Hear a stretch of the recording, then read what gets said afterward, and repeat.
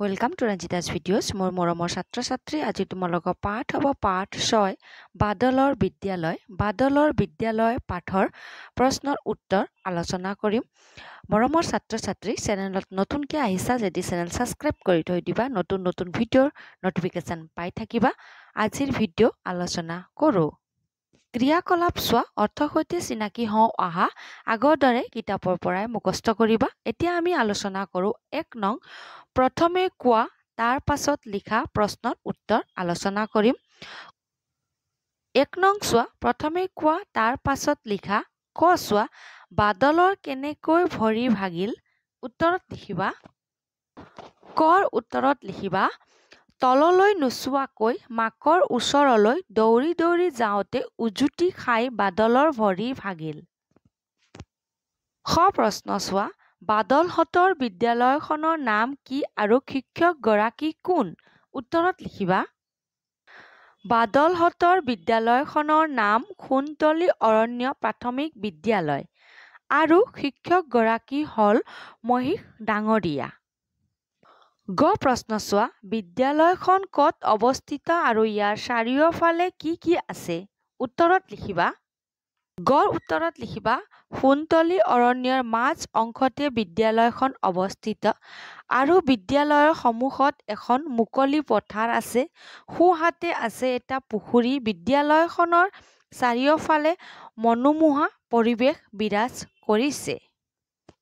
ঘ প্ৰশ্ন চোৱা, বাদলহঁতৰ বিদ্যালয়ৰ শিক্ষকগৰাকীৰ বিষয়ে চমুকৈ লিখা। উত্তৰত লিখিবা। ঘ উত্তৰ লিখিবা, বাদলহঁতৰ বিদ্যালয়ৰ শিক্ষকগৰাকী হ'ল মহিষ ডাঙৰীয়া। শিক্ষক মহিষ ডাঙৰীয়াক দেখিলেই শ্ৰদ্ধাত মূৰ দোঁ খাই যায়। ছাত্ৰ ছাত্ৰীসকলক বৰ মৰম কৰিছিল। সাধাৰণতে তেওঁৰ খং নুঠে। তেওঁ যেতিয়া নেগুৰডাল আৰু শিংযোৰ জোকাৰি জোকাৰি কথা কয়, তেতিয়া সকলোৱে বুজি পায় যে তেওঁৰ মনত ফূৰ্তি। কিন্তু যেতিয়া তেওঁৰ খং উঠে, তেওঁৰ চকুযোৰ ৰঙা পৰি যায়। নাকেৰেও ফুচ ফুচ শব্দ কৰে। সেইকাৰণে ছাত্ৰ ছাত্ৰীয়ে তেওঁক যিমান ভাল পায় সিমান ভয়ো কৰে। তোমালোকেও নিজৰ উত্তৰ বহীত লিখি থৈ দিবা। ঙ প্ৰশ্ন চোৱা, গজানন কেনে প্ৰকৃতিৰ? উত্তৰ লিখিবা। উত্তৰত লিখিবা, গজানন নামৰ হাতীটো শান্ত প্ৰকৃতিৰ। গজাননে তাৰ লগৰবোৰক সহায় কৰে।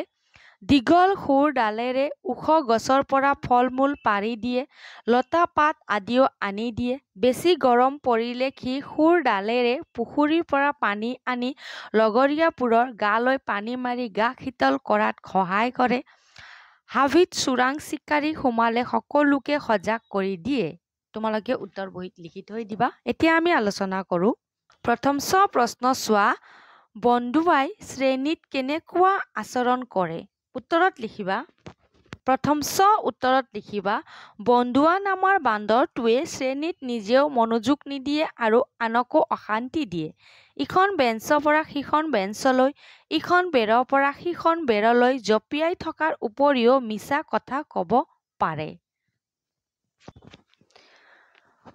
দ্বিতীয় ছ প্ৰশ্ন চোৱা, শ্ৰেণীত বেছিকৈ কথা পতা শিক্ষাৰ্থীগৰাকী কোন? উত্তৰত লিখিবা। লিখিবা, শ্ৰেণীত বেছিকৈ কথা পতা শিক্ষাৰ্থীগৰাকী হ'ল লপলপী নামৰ ছাগলীজনী। বৰ্গীয়া জ প্ৰশ্ন চোৱা, বাদলে কাক কাক আৰু কিয় বেছিকৈ ভাল পায়? উত্তৰত লিখিবা। উত্তৰ, ফুটুকী নামৰ হৰিণীজনী আৰু চঞ্চলমতী নামৰ শহাটোক বাদলে বেছিকৈ ভাল পায়। কাৰণ দুয়ো মৰম লগা। দুয়োৰে চকু কেইটিও বৰ ধুনীয়া। ধুনীয়া চকু কেইটিৰে দুয়ো ইফালে সিফালে পিৰিক পাৰাককৈ চাই থাকে। এতিয়া আমি আলোচনা কৰোঁ।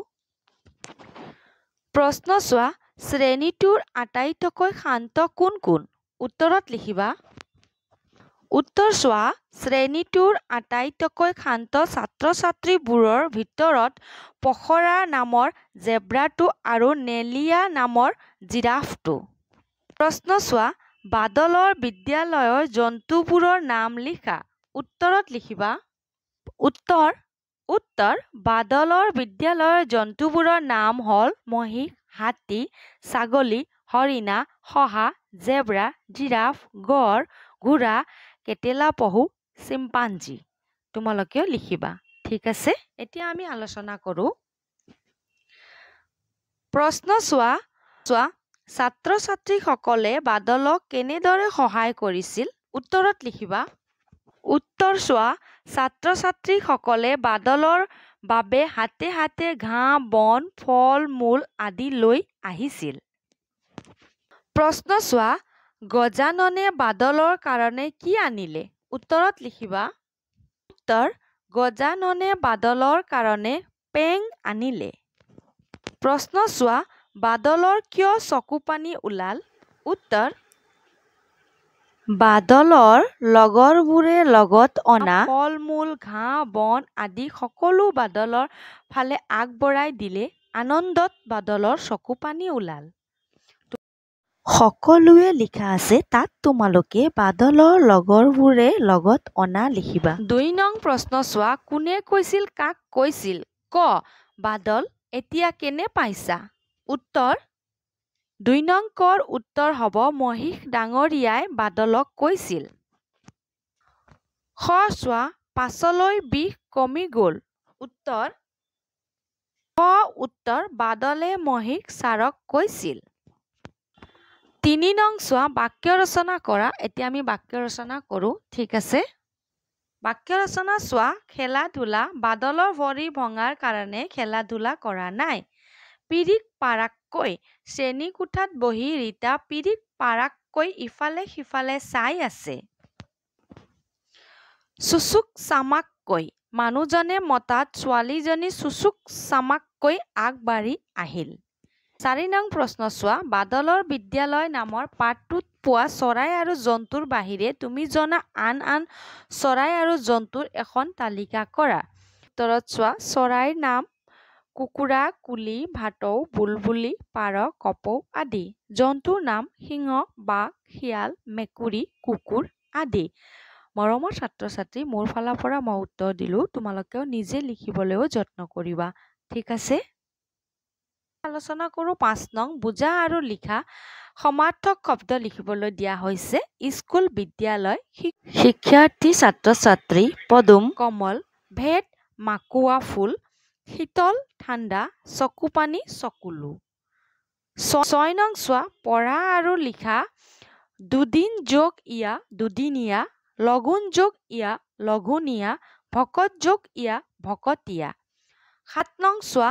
পঢ়া, বুজা আৰু নতুনকৈ শব্দ গঠন কৰা।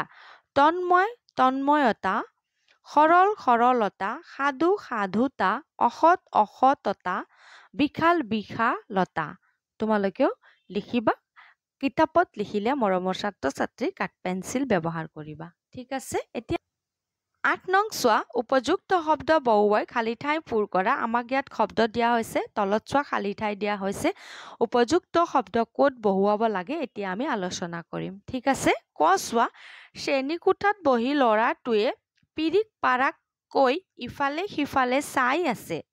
খ চোৱা। ছোৱালীজনীয়ে খোজ কাঢ়োতে ভৰিত পিন্ধা জোনোকাযোৰ জুনুক জুনুককৈ বাজি আছে।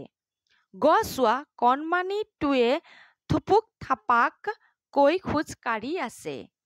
ঘ চোৱা। মইনাটোৰ ঠুনুক ঠানাককৈ মাত ওলাইছে। মানুহজনে মতাত ছোৱালীজনী চুচুক চামাককৈ আগবাঢ়ি আহিল। তোমালোকে লিখি থৈ দিবা। ঠিক আছে, ইয়াত মই লিখিয়ে থৈছোঁ, তোমালোকে বুজি পাবা বুলি মাতিও শুনালোঁ। এতিয়া আমি আলোচনা কৰোঁ ১০ নং। ঠিক আছে, ১০ নঙত চোৱা। সাঁথৰ দিয়া হৈছে। ভাবা আৰু উত্তৰ উলিওৱা।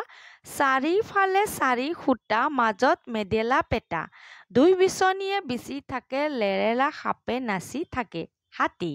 আশা ৰাখিছোঁ মোৰ মৰমৰ ছাত্ৰ ছাত্ৰী আজিৰ ভিডিঅ' তোমালোকে বুজি পাইছা বুলি। নতুনকৈ আহিছা যদি চেনেল ছাবস্ক্ৰাইব কৰি থৈ দিবা। নতুন নতুন ভিডিঅ' নটিফিকেশ্যন পাই থাকিবা। আকৌ লগ পাম আমি নতুন ভিডিঅ'ত।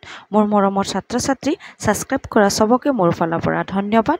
আকৌ লগ পাম নতুন ভিডিঅ'ত।